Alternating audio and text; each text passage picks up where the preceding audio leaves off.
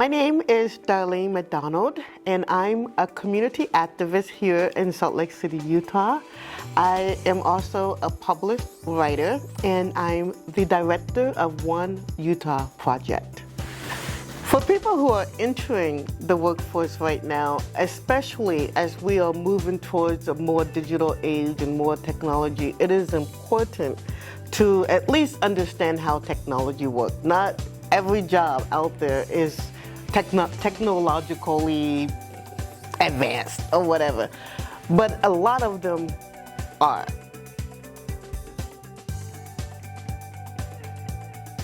Don't be intimidated by technology, because that is the way that most jobs are going right now, especially with the advancement in AI. So I highly recommend, no matter what type of job that you land in, to take a computer course so that you can become comfortable around computers and not be intimidated by them. I am one of those people also that advocate for trade jobs, because it is a great way to make a living for women and for men.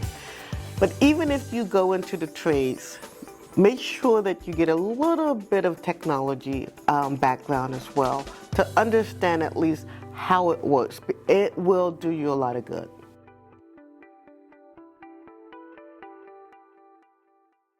When I graduated high school, like many people, I had no idea what I wanted to do.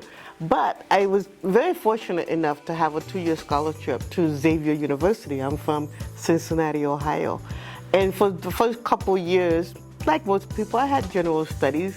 But then I got married and I had my children, and I ended up kind of, letting school kind of go away a little bit. But I always took a class here and there.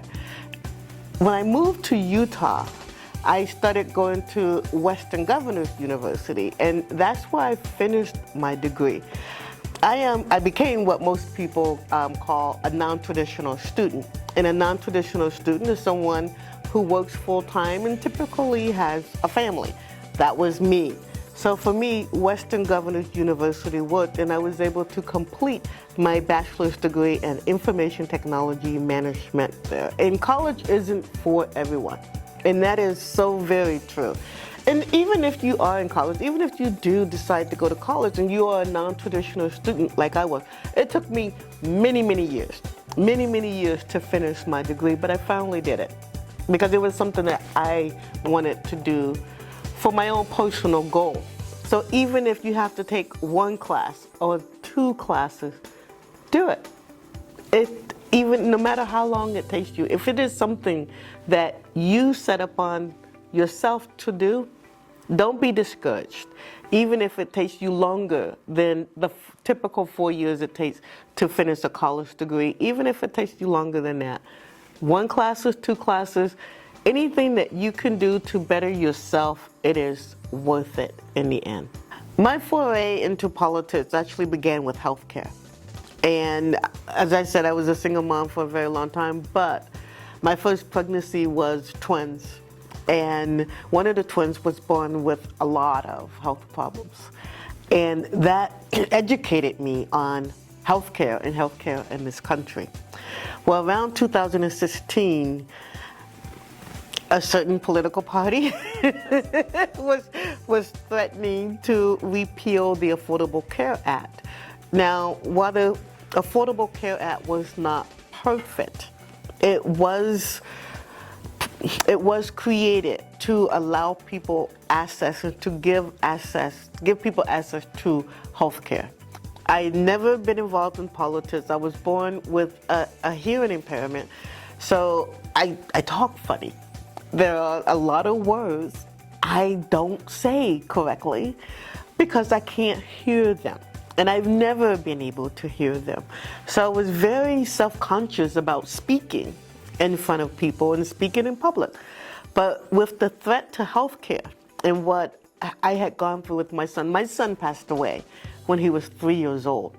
But because of the healthcare that we were able to get him while he was alive, he had a great life. We had him for 3 years, and he had the most glorious smile. He had my smile.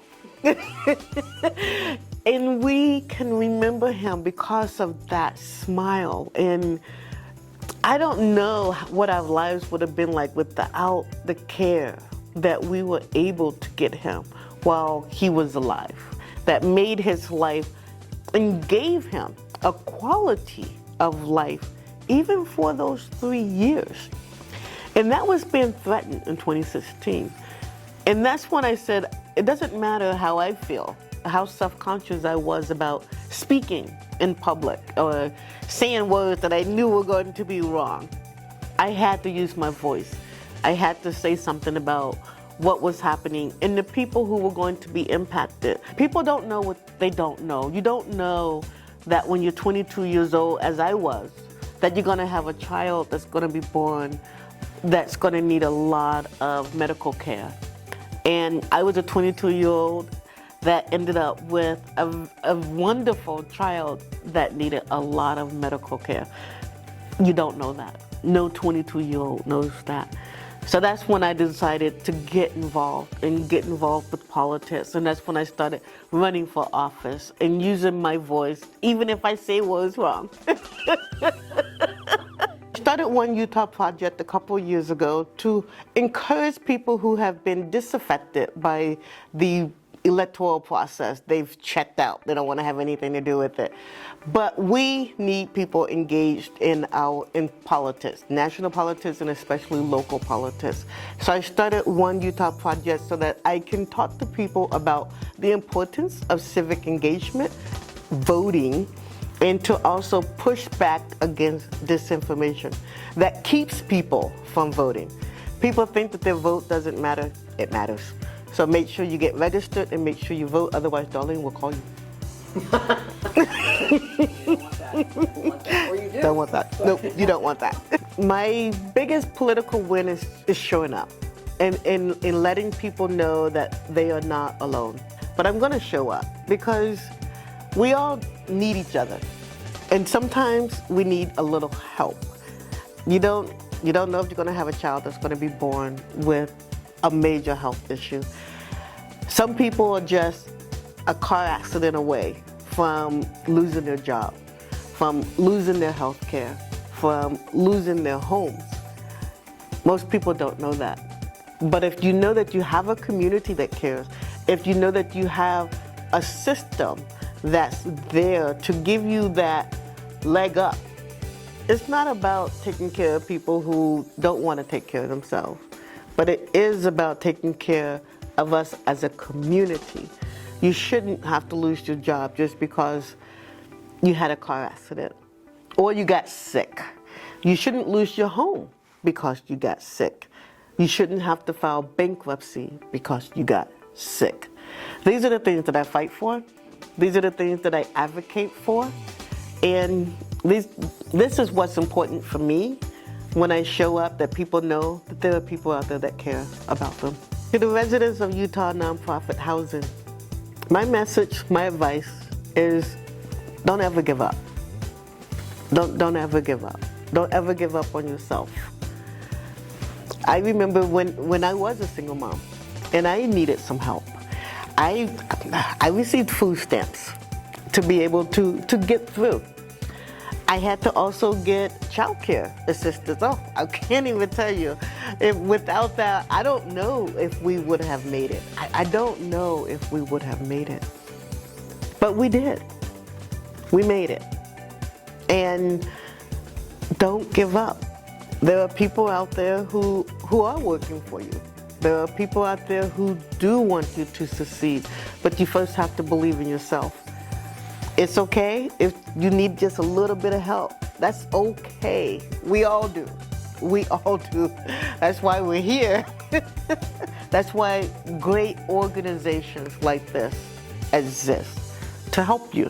Don't be afraid to ask for it, and don't be afraid to accept it. And don't ever give up. Oh, you know, growing up, so growing up with parents from the South, oh, good old-fashioned soul food. greens, and we have a family barbecue sauce recipe. Yes, that I'm not allowed to reveal. I can't share it with anyone. My father has forbidden me. So my favorite foods growing up were barbecue, and it still is my favorite. And I can make that barbecue sauce.